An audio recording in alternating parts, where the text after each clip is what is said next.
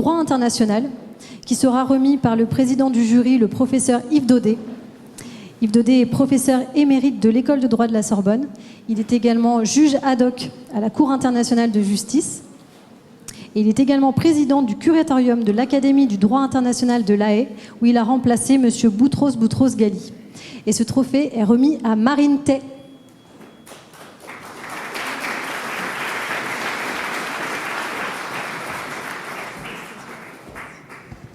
Bien, j'ai le grand plaisir de présenter Marine Tay, qui est maître de conférence à l'Université Paris II, qui est également juge assesseur à la Cour nationale du droit d'asile.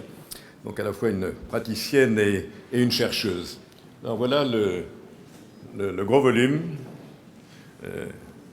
Et je pourrais vous dire, ayez pitié du jury qui a lu tout ça, mais non, c'est quelque chose qui se lit, vous avez vu le titre dans vos programmes, pas tout à fait comme 20 000 lieues sous les mers, mais qui tout de même se lit facilement, je crois même pour des non-juristes, bien que l'essentiel de sa thèse, y compris l'objet sur lequel elle porte, l'objet précis auquel elle s'applique, consiste au fond en une réflexion extrêmement puissante sur le concept de souveraineté de l'État. Et la souveraineté de l'État, c'est un moteur essentiel de la vie internationale. C'est quelque chose qui nous affecte tous en dernière analyse. Le droit, je sais bien, est une discipline qui a la réputation d'être austère. Je crois que Marine Tay sait le faire vivre. Je dois dire aussi que le droit international, enfin, je ne dis pas ça pour prêcher pour ma paroisse, mais enfin, le droit international a l'avantage d'ouvrir sur le monde, hein, de nous offrir des horizons élargis dont nous connaissons aujourd'hui aussi peut-être les inconvénients. Alors, j'ai pensé que le plus simple était, ou le plus efficace probablement, était de demander à Marine Tay de vous dire elle-même quelques mots sur ce qu'elle a voulu faire. Et je lui ai dit donc qu'elle était soumise à l'exercice délicat d'expliquer en 2 minutes à peu près le contenu de 672 pages. Je vous remercie.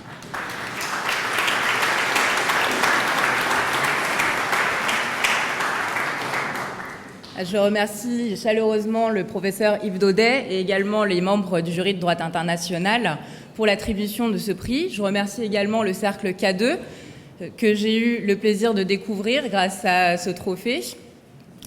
Alors, j'ai choisi de traiter de la protection des biens culturels submergés en mer dans une thèse parce que c'est un sujet qui est assez délaissé de la doctrine française, des juristes français. Et au-delà des aspects techniques un petit peu austères juridiques, il y a là de vrais enjeux, notamment parce que la découverte d'un trésor culturel sous la mer, donc les biens culturels sous-marins sont les vestiges, les épaves, les richesses que l'on peut découvrir sous les mers, eh bien, il y a là un véritable enjeu financier pour certaines entreprises, notamment américaines, qui ont réussi à s'équiper de moyens technologiques très poussés qui leur permettent d'opérer des fouilles, notamment dans le cas du Titanic, à plus de 4000 mètres de profondeur. En même temps, il y a des enjeux de souveraineté pour les États qui veulent garder le contrôle sur ces épaves. C'est le cas notamment des galions espagnols qui datent du XVIIe. Et il y a aussi, bien sûr, l'enjeu de protection du patrimoine culturel puisque ces épaves sont considérées comme des capsules de temps qui renferment une information archéologique considérable. De là, 2 pistes de recherche s'imposaient. La première consistait à s'interroger sur la détermination de l'État qui, juridiquement, était apte, habilité, à contrôler les activités sur les épaves, notamment s'agissant d'une épave située en dehors de toute zone de juridiction nationale. Quel est l'État qui est habilité à contrôler les activités qui y sont menées ?